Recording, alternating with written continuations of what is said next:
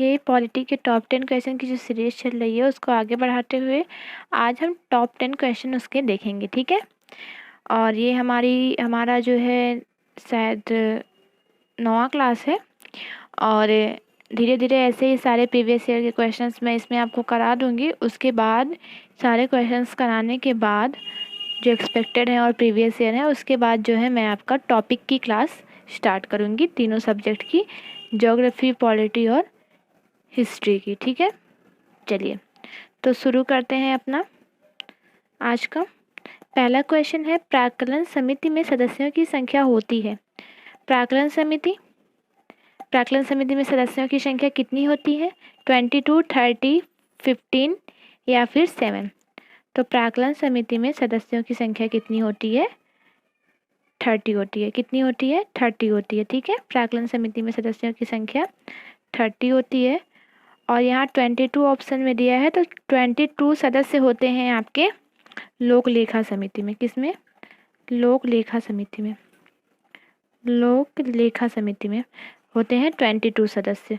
इसके बाद आता है 15 दिया है ऑप्शन में, तो 15 सदस्य किस समिति में होते हैं?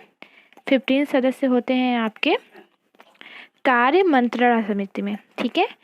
एक समिति है कार्य मंत्रणा समिति, जिसका अध्यक्ष जो होता है, जो लोकसभा का अध्यक्ष होता है, वही इसका पदेन जो है अध्यक्ष भी होता है। किसका? कार्य मंत्रणा समिति का, जिसके सदस्य होते हैं 15, ठीक है। चलिए चलते हैं हमारे नेक्स्ट क्वेश्चन की तरफ। हमारा नेक्स्ट क्वेश्चन है, वंदे मातरम को राष्ट्रगान के रूप में स्वीकार किया गया। वंदे मातरम को राष्ट्रगान के रूप में कब स्वीकार किया गया था? 27 दिसंबर 1911 को, 24 जनवरी 1950 को, 26 जनवरी 1950 को, 22 मार्च 1957 को। तो वंदे मातरम जो था हमारा, उसे कब स्वीकार किया गया था राष्ट्रीय गान के रूप में? ये आपका स्वीकार किया गया था 24 जनवरी। राष्ट्रीय गान के रूप में नहीं, ये पहली बात तो वंदे मातरम हमारा राष्ट्रीय गीत है, तभी मैं समझ नहीं पा रही थी ये राष्ट्रीय गीत के रूप में कब स्वीकार किया गया था, ठीक है। वंदे मातरम को ये जो है राष्ट्रगान जो दिया गया है, ये राष्ट्रगान जो है वो राष्ट्रीय गीत रहेगा। राष्ट्रगीत के रूप में कब स्वीकार किया गया था वंदे मातरम को? ये आपका स्वीकार किया गया था 26 जनवरी 1950 को। कब? 26 जनवरी 1950 को। अब और ऑप्शन देख लीजिए, जो अगर राष्ट्रगान का नाम आ गया तो राष्ट्रगान के बारे में जान लीजिए। हमारा राष्ट्रगान जो है वो जनगण मन अधिनायक जय है, जो स्वीकार किया गया था 24 जनवरी 1950 को। कब स्वीकार किया गया था राष्ट्रीय गान? वो स्वीकार किया गया था 24 जनवरी 1950 को। और इसे सर्वप्रथम गाया कब गया था? किस अधिवेशन में गाया गया था? कांग्रेस के कोलकाता अधिवेशन में गाया गया था। किसे? कोलकाता अधिवेशन में इसको गाया गया था कांग्रेस के। और कब गाया गया था? ये गाया गया था 27 दिसंबर 1911 में, ठीक है।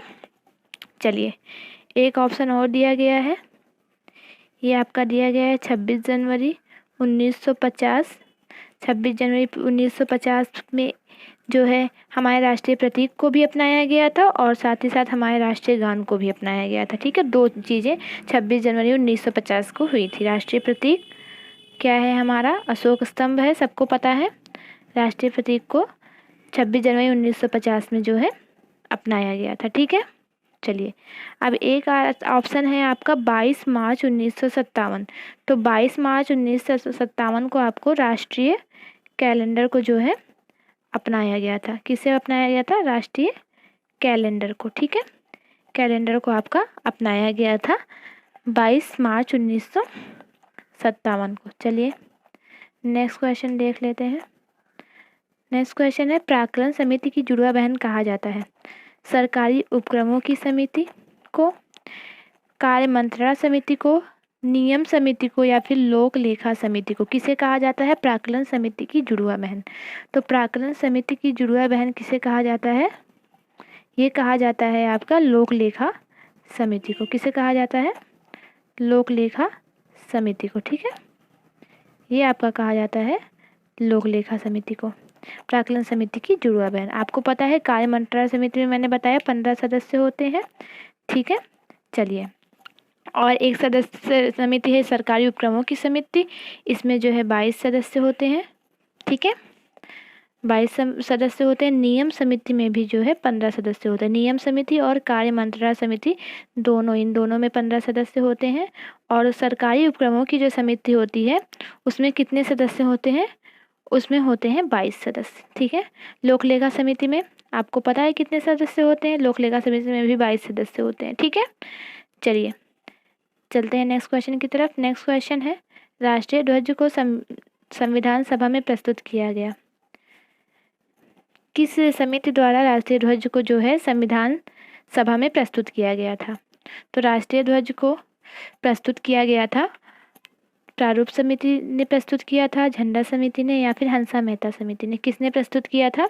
ये आपका प्रस्तुत किया था हंसा मेहता समिति ने राष्ट्रीय ध्वज को संविधान सभा में सबसे पहले। आपको पता है ध्वज की लंबाई और चौड़ाई का अनुपात कितना होता है? ये होता है 3:2, 3:2 होता है लंबाई और चौड़ाई का अनुपात, ठीक है। चलिए, राष्ट्रीय ध्वज को अपनाया कब गया था? राष्ट्रीय ध्वज को अपनाया गया था 22 जुलाई, ठीक है, 22 जुलाई। और कब अपनाया गया था? 22 जुलाई 1947 को जो है राष्ट्रीय ध्वज को अपनाया गया था। चलिए, प्रारूप समिति के अध्यक्ष कौन है? मैंने इसके पहले वाले वीडियो में बता रखा है। प्रारूप समिति के अध्यक्ष जो थे वो थे BR अम्बेडकर, भीमराव अम्बेडकर, ठीक है, BR अम्बेडकर प्रारूप समिति के अध्यक्ष थे। झंडा समिति के अध्यक्ष कौन थे? झंडा समिति के जो अध्यक्ष थे वो थे JB कृपलानी, ठीक है। चलिए चलते हैं नेक्स्ट क्वेश्चन पे। हमारा नेक्स्ट क्वेश्चन है, सबसे बड़ी संसदीय समिति है प्राक्कलन समिति, लोक लेखा समिति, ग्रंथालय समिति, या फिर जो है आपके इसमें से कोई नहीं, ठीक है। कौन सी समिति जो है वो सबसे बड़ी संसदीय समिति है? ये आपकी हो जाएगी प्राक्कलन समिति।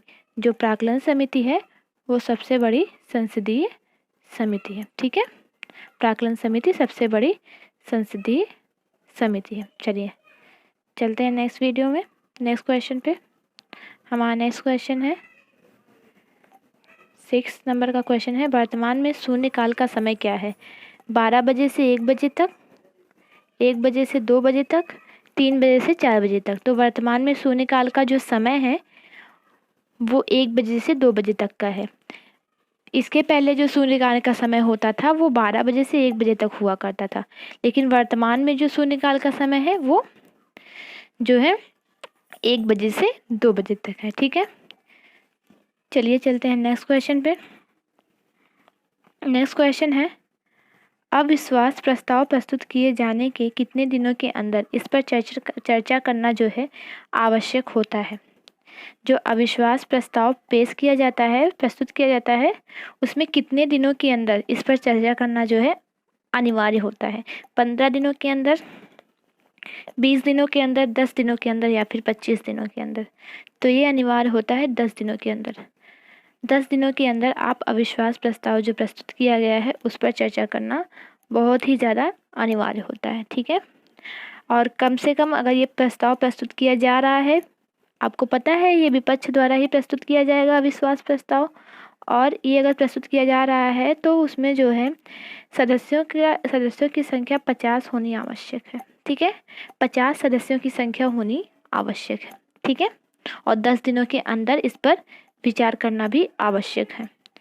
चलिए चलते हैं नेक्स्ट क्वेश्चन की तरफ। नेक्स्ट क्वेश्चन है, किस विधेयक को राष्ट्रपति पुनः विचार के लिए लौटा नहीं सकता है? विनियोग विधेयक, वित्त विधेयक, या फिर धन विधेयक? किस विधेयक को जो है राष्ट्रपति पुनः विचार के लिए लौटा नहीं सकता है? तो ये है आपका कौन सा विधेयक हो जाएगा? ये आपका हो जाएगा धन विधेयक। धन विधेयक को जो है राष्ट्रपति पुनः विचार के लिए लौटा नहीं सकता है, ठीक है। चलिए, इसका अनुच्छेद क्या है? अनुच्छेद है 1101, ठीक है। धन विधेयक का जो अनुच्छेद है ये है 110, 110, ठीक है। चलिए, और इसमें वित्त विधेयक का भी ऑप्शन दिया गया है, तो वित्त विधेयक का जो अनुच्छेद है ये जान लीजिए 112 है, ठीक है। वित्त विधेयक का जो अनुच्छेद है वो 112 है। चलिए चलते हैं नेक्स्ट क्वेश्चन की तरफ। हमारा नेक्स्ट क्वेश्चन है, किसी राजनीतिक दल या गुट के प्रमुख सदस्यों की बैठक को क्या कहते हैं? कोई राजनीतिक दल या जो गुट होती है उसके प्रमुख सदस्यों की बैठक को क्या कहते हैं? बुलेटिन, काकस, सचेतक, या इसमें से कोई नहीं? तो जो राजनीतिक दल होता है उसके जो सदस्यों की बैठक होती है उसे हम कहते हैं काकस। ठीक है, क्या कहते हैं उसे कहते हैं काकस। ठीक है, चलिए बुलेटिन क्या होती है? बुलेटिन होती है जैसे जो मांग थी, सभी मांग जो बहुत समय से निपटाई ना गई हो, ठीक है, उसको जो है बिना किसी चर्चा के मतदान के लिए रखा जाता हो। ठीक है, उस पर चर्चा नहीं होगी। क्या हो गया? चर्चा नहीं होगी। जो लंबे समय से पेंडिंग है मांग, उस पर चर्चा नहीं होगी और उसको जो है बिना किसी चर्चा के मतदान के लिए रखा जाएगा। ठीक है, चलिए आज के लिए इतना ही। आज टॉप 10 क्वेश्चन में हमने काफ़ी सारे पॉइंट भी किए हैं। मिलते हैं नेक्स्ट वीडियो में। अगर आपको वीडियो पसंद आती है तो लाइक करें, शेयर करें, और ये सीरीज़ जो चल रही है वो हमेशा आपकी चलती रहेगी टॉप 10 क्वेश्चंस की, जब तक कि इसमें प्रीवियस ईयर और एक्सपेक्टेड क्वेश्चन जो है सारे इंक्लूड नहीं हो जाते। इसके बाद हम अपनी थ्योरी क्लास स्टार्ट करेंगे। ठीक है, चलिए तब तक के लिए bye bye and take care guys.